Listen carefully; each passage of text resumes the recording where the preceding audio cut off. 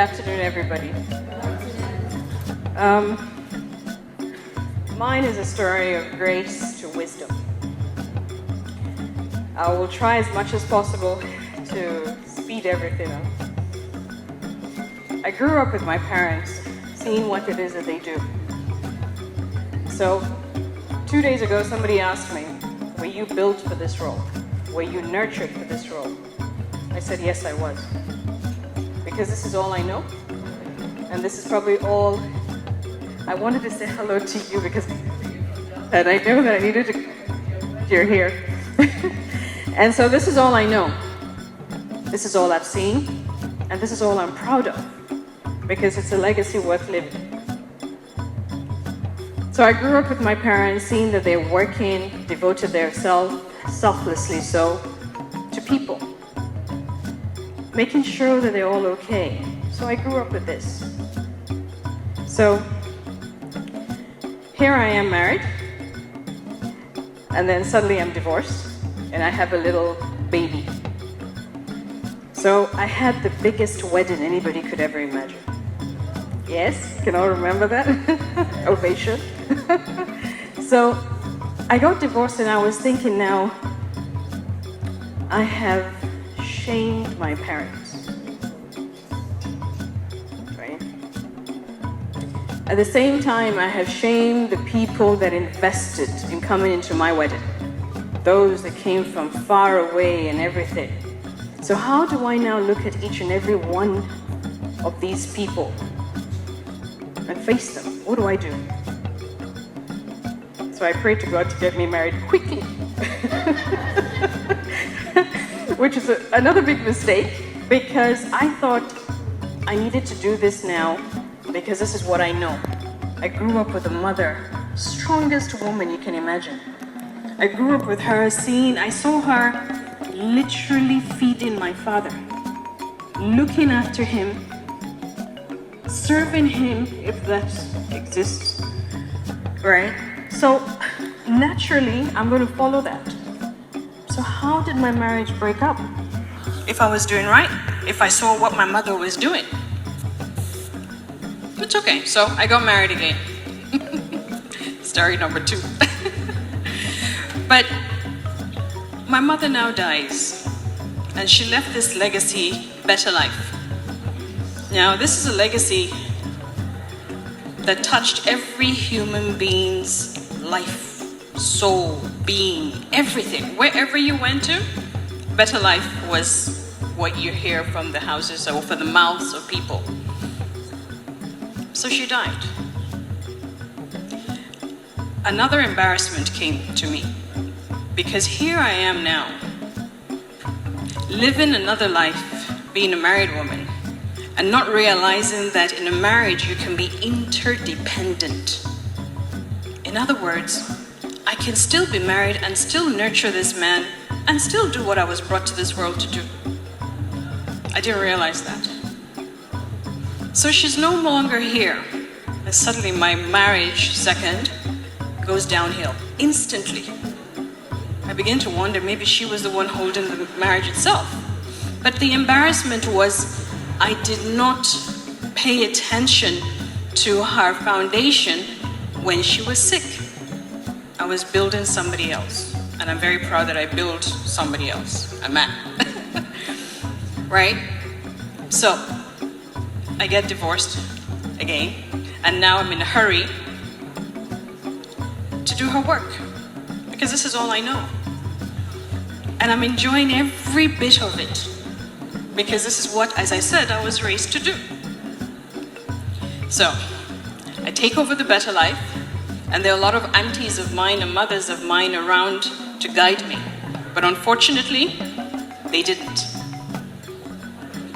So I was left alone. The very information that I needed to make this a complete success, because it was so easy for the better life to actually have gone with my mother.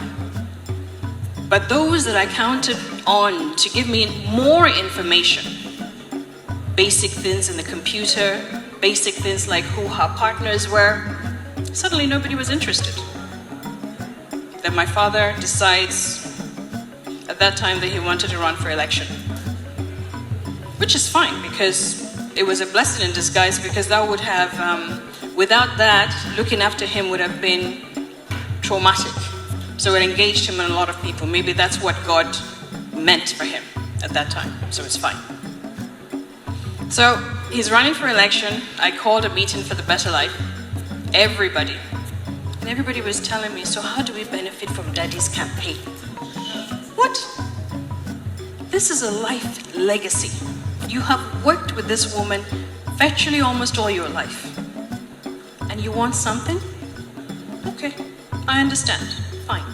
I decided now to shut the organization down and see what comes from there. Everybody disappeared, which is fine. Now I can rebuild. It just gives me hope now to say, okay, I can pick this up and do this right. I have lived with her. I know exactly what she does and what she wants. But the only thing now is that I'm going to add value to what it is that she's been doing. Bring it up and update it. So I had to do this on my own. So basic information that were in her computer, everything vanished. And yet people look at me and think, okay, you're coming here with your Chanel shoes and you're this, you're living up on a hill, and automatically I don't have problems. I do. But I have to keep my head up because I am somebody's daughter. And that somebody is the reason why we're here, each and every woman of us here. So I have to now make sure that I do you proud. It's not compulsory, by the way, but it's something that I know that I can. I was brought up to do just that. So I started working hard, trying to make it a success, growing it and reviving it. At the same time, I had to employ people. At the same time, I'm getting stabbed by these people that I've employed because they're looking at me as the CBN. Yeah. So along the line, my prayers have always been that whoever comes to me with evil intentions will turn right around. And that has been because I have a good intention for everybody. So it has been a work in progress. My intentions are now is to replicate exactly what she did when she was in office. Rightly so, because we need it now more than ever. Because if now my mother could sit down and get 300 and something thousand cooperatives, where are we now as a nation? How come we haven't achieved that now when she achieved it then? So my mission now is to do double that amount. And I'm going to succeed.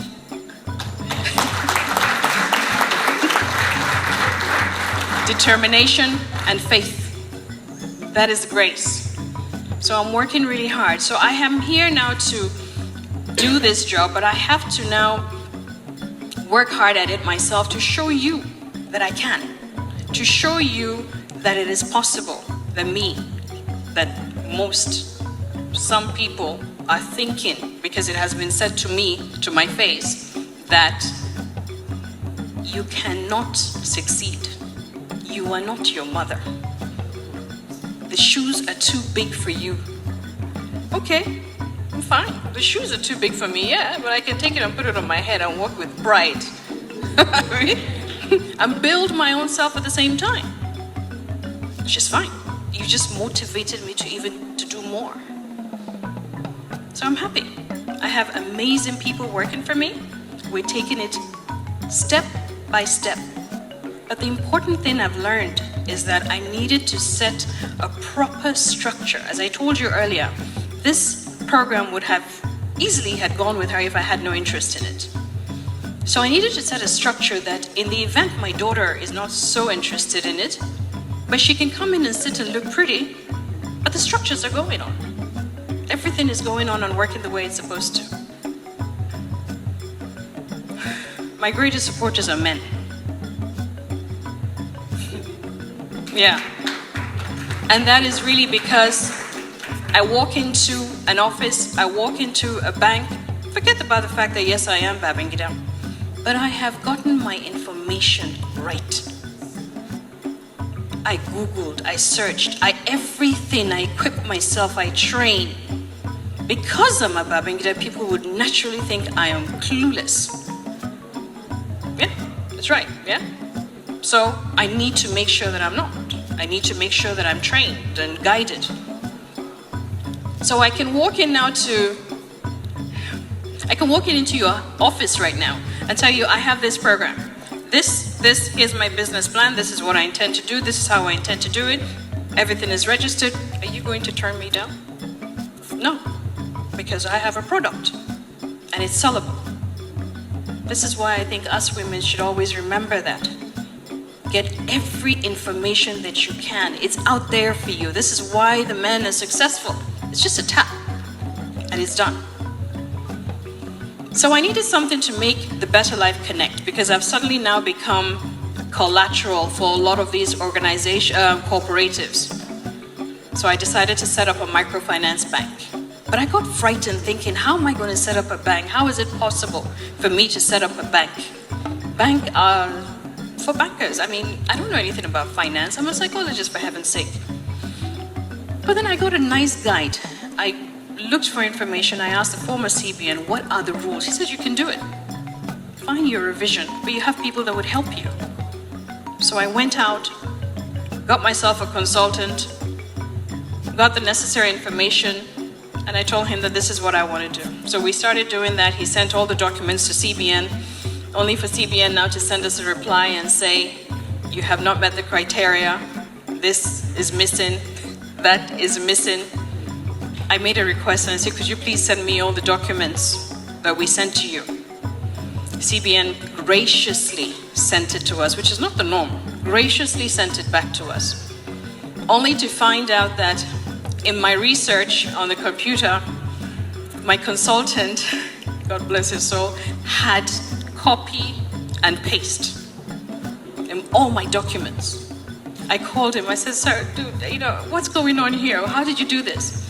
He said, oh no, Hajia, I am so sorry. One, leaders don't read. I didn't expect you to read. And you as a woman, you have an 11-year-old. She's running up and down. You don't have time to do anything.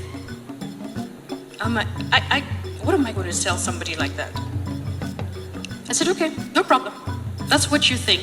Bring the documents, and we had to rewrite every single thing ourselves. And we sent it to CBN, but he was still in shock that I could read. So it's fine. So here I am now. I've set up a microfinance bank to assist these cooperatives, to assist the women, to assist the men, and bring everybody into the financial sector. Well, you might suddenly become a government on your own, but it doesn't really matter. The mission is to empower as many people as possible because we deserve to be empowered. So this is my own thinking. 2 months ago, I eventually went to my mother's office, because it's not, we just go in there to clean. I went to my mother's office, I was looking for paper, and then suddenly I found a notebook. I thought, okay, I can just use this and write. In the evening, I went through it and I was reading it, and it so happened that she had written exactly everything she wanted to achieve in her life with all her organizations, including the Better Life. Along the way, I suddenly found that she actually wanted to set up a microcredit scheme. Now here I am, I didn't know that. But instead I jumped ahead and I set up a microfinance bank. It's one and the same, so to speak, right?